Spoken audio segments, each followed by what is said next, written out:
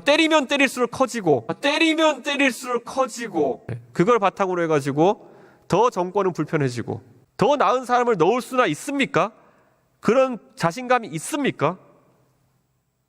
자신감도 없으면서 거위의 배를 가르겠다는 그 발상이야말로 이 무한 루프를 끊어야 되는 것이 아닌가라는 생각을 하고 있습니다. 대한민국이 1등하는 많은 품목이 있지만은 저는 그 중에 1등하는 품목이 반도체와 전기차를 넘어가지고 보도 유튜브 채널이 될 거라고는 꿈도 꾸지 못했습니다. 혹시 알고 계십니까? 전 세계에 있는 보도 관련 유튜브 채널 중에 가장 수익이 많이 발생하는 채널이 바로 유튜브에 있는 MBC 뉴스 채널이 돼버렸습니다. 이것은 아이러니 아니겠습니까? 때리면 때릴수록 커지고 그걸 바탕으로 해가지고 더 정권은 불편해지고 저는 이런 부분에 대해 가지고 이제는 깨달아야 될 것이 아닌가. MBC가 보도 관련 유튜브 채널 1등하고 싶은 생각이 있었겠습니까? 그런데 여러 가지 제약이 들어오고 가장 잘 팔리는 콘텐츠가 뭐겠습니까? 라디오 진행자들에 대한 편향성을 지적하다 보니까 하도 윤석열 정부에서 라디오 진행자들의 편향성을 지적하다 보니까 나중에 다시 보기로 유튜브 계속 찾아봐서 그런 겁니다. 국민들이 계속 유튜브 찾아다니면서 도대체 무슨 말을 진행자가 했길래 도대체 무슨 말을 거기 출연하는 사람들이 했길래 저렇게 권력이 불편하느냐, 그거를 퇴근길에서 출근길에서 다시 보기로 본 겁니다. 예. 왜 저렇게 권력은 난리를 치는 거야? 가만히 놔뒀으면은 그다지 궁금해하지 않았을 겁니다. 그런데 결국 그런 과정을 통해 가지고 오히려 언론에 대한 관심을 정권이 만들어주고 있는 겁니다. 한쪽에서는 방송 장악이라 그러고 한쪽에서는 방송 정상화라고 이야기합니다. 근데 무엇이 정상화된 것입니까? 경영 실적이 개선되었습니까? 시청률이 올랐습니까? 인용 보도가 많이 됩니까?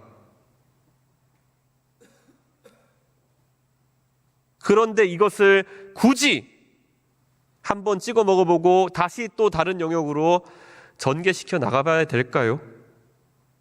이번에 이진숙 방송통신위원장 후보자의 인사청문회가 저희 과학기술정보통신방송위원회에서 3일에 걸쳐서 진행되었습니다.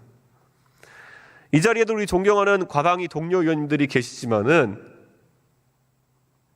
과방위에서 이번에 국민들의 많은 주목을 받았던 것은 이진숙 후보자의 해명이 되지 않는 법인카드 사용 내역이나 아니면 여러 가지 답변 못하는 가치관에 대한 내용이었습니다. 저도 그런 부분에 대해서 이진숙 후보자에 대해서 불만족을 드러냈습니다.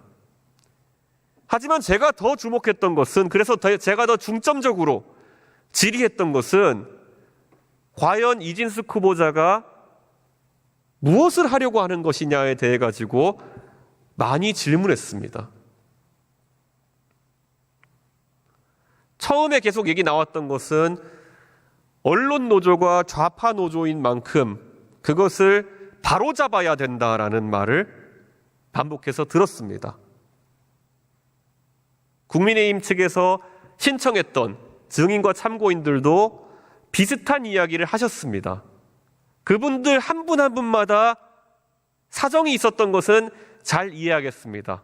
그분들 한 분 한 분도 어떤 분은 MBC의 사장이었고 어떤 분은 MBC의 간부였고 어쩌면 이 극한의 진영 대립 속에서 억울한 이야기들이 각자 있는 분들이었다고 저는 생각합니다. 그러나 그분들이 겪었던 억울함이나 아니면 잘못했다고 판단하는 부분에 대한 정부, 여당, 그리고 이진숙 후보자의 바로잡는 사실 바로잡는다는 표현 자체가 굉장히 모호하지만 그 교정 방법이라고 하는 것이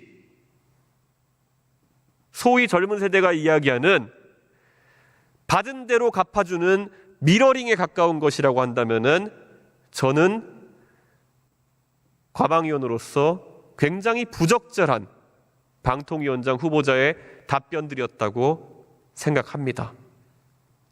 국민의힘도 왜 그런 모험을 걸려고 하십니까? 적어도 지금의 공영방송 사장이라는 사람들이 잘못되었다는 인식이 있고 그것을 교정하겠다는 생각으로 또 들어간다면은 적어도 다음에 임명하는 사장, 다음에 교체되는 경영진 같은 경우에는 지금의 경영진보다 더 나은 판단을 해야 되고 지금의 경영진이 하는 판단과는 다른 방식으로 그걸 해내야지 그것이 유의미한 것입니다. 그런데 이미 MBC는 이미 올해 150억 가까운 흑자가 나고 있는 상황이고 그 전에 임명되었던 사장들보다 더 나은 경영 실적을 보이고 있는 것이 사실인데 더 나은 사람을 넣을 수나 있습니까?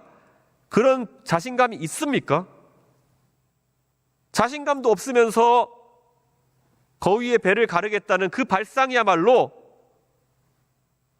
정말 발전적이지 못한 그런 해법 아니겠습니까? 저는 이제는 이 무한 루프를 끊어야 되는 것이 아닌가라는 생각을 하고 있습니다.